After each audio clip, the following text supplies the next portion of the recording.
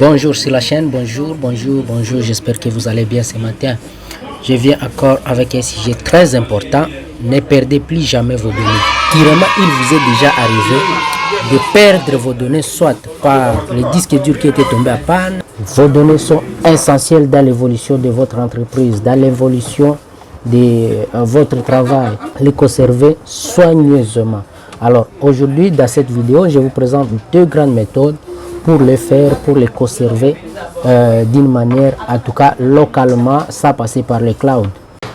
Alors, pour sauvegarder vos données localement, bien sûr, c'est ce que je suis en train de dire, vous allez avoir besoin d'un disque dur externe.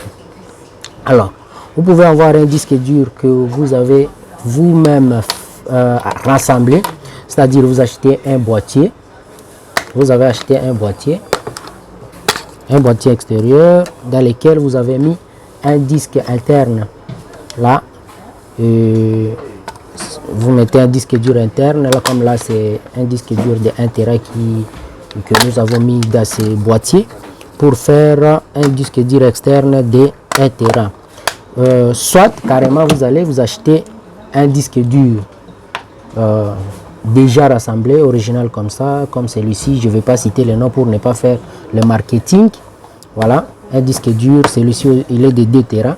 Un des objets essentiels que vous avez, c'est soit un disque dur que vous avez conçu localement, soit, alors ça importe peu que ce soit que vous avez conçu localement ou que vous avez acheté, c'est la même chose. Tout ce que nous avons besoin, c'est la capacité de passer sur l'ordinateur pour vous expliquer à détail ce qu'il faut faire sur les disques durs avec les deux méthodes. Reste jusqu'à la fin parce que la deuxième méthode risque d'être pâtée.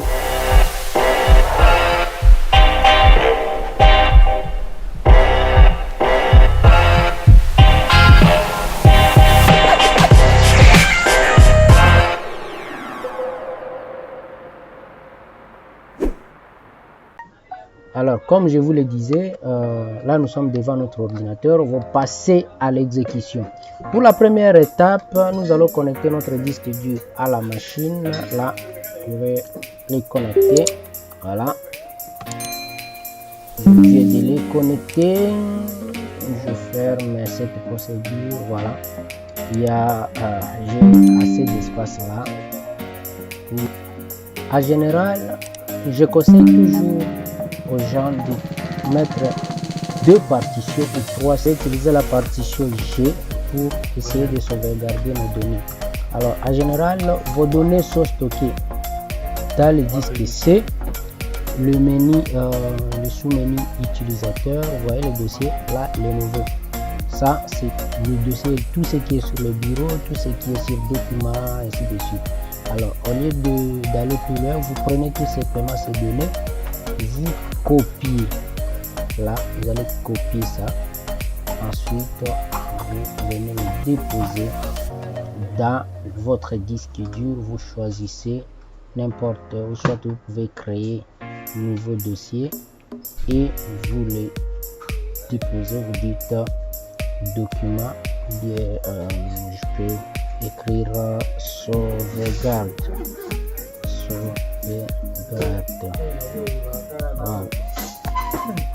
Voilà, vous ouvrez le dossier et puis vous déposez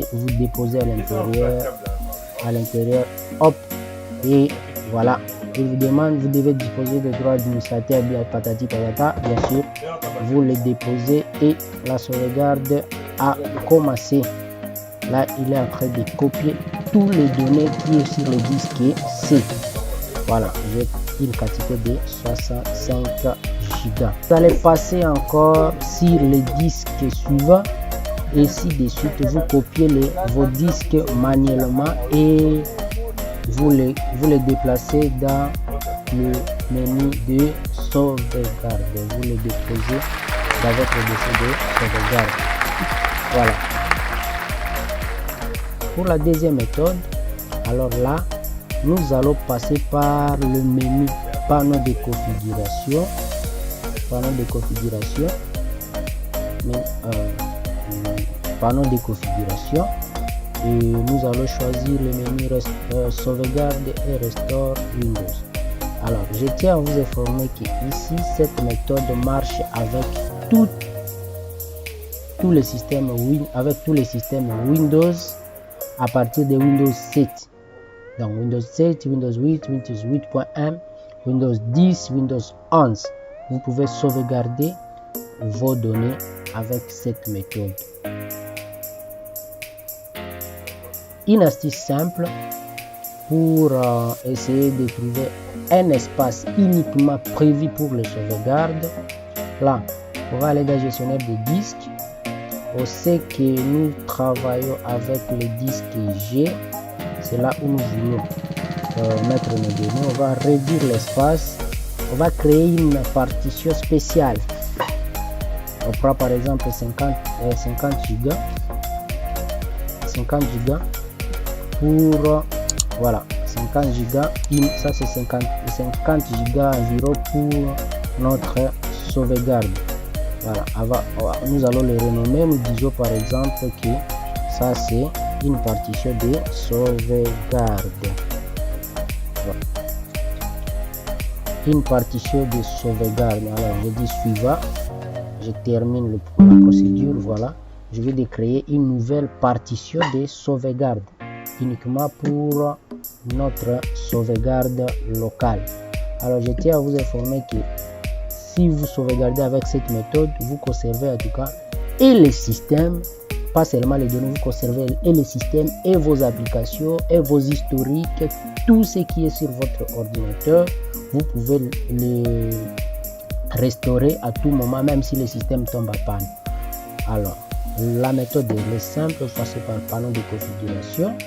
Comme je vous le disais, vous prenez sauvegarde et restore. Juste en dessous du panneau de configuration, on a écrit créer une image système. C'est là où nous allons cliquer. Alors là, il est en train de chercher le périphérique de sauvegarde. C'est là où nous allons choisir maintenant notre disque dur. On dit que l'espace des sélecteurs est peut-être insuffisant pour enregistrer une sauvegarde, supprimer des fichiers inutiles ou sélectionner un autre lecteur. Alors, ce qui fait que notre disque dur que nous avons choisi, l'espace n'a pas suffi par rapport aux données que nous avons. Ce que je vais devoir faire, je vais élargir le disque. Là, je vais élargir notre disque. Je vais élargir notre espace. On dit quoi? Réduire l'espace. Alors, je procède aussi. Je vais supprimer.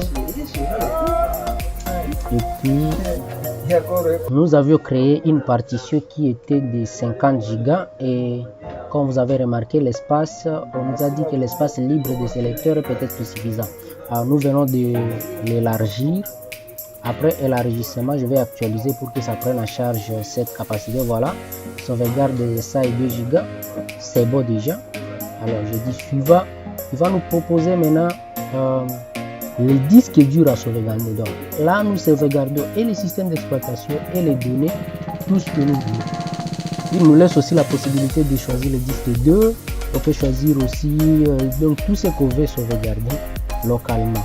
Et dès que vous appuyez sur suivant, il vous dit que la sauvegarde est occupée jusqu'à 85 Go, la quantité de vos données et tout, et il peut démarrer la sauvegarde. Et voilà, votre sauvegarde est déjà active.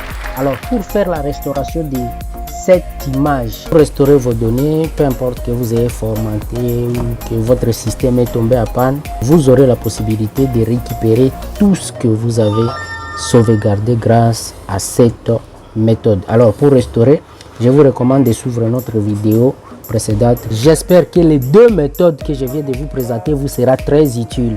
N'hésitez pas de vous abonner, de liker, de partager avec un ami et surtout d'activer votre cloche de notification, ainsi vous allez rester en contact avec la chaîne. Notre rubrique questions du jour est là pour répondre à toutes les questions que vous nous posez. Et vous pouvez nous laisser votre message par WhatsApp, un voice tout simplement, ou soit vous nous écrivez tout simplement sur WhatsApp, nous allons vous répondre. Peu importe où que vous soyez dans le monde entier, on peut traiter votre problème. Si c'est un problème logique, nous allons nous connecter à distance et résoudre votre problème. Si c'est un problème matériel, en tout cas nous avons des experts qui sont là qui vont pouvoir entrer en contact avec vous. De très beaux conseils pour optimiser votre ordinateur, améliorer les qualités de vos services. Quant à moi, je vous dis à très bientôt sur la chaîne. Ciao!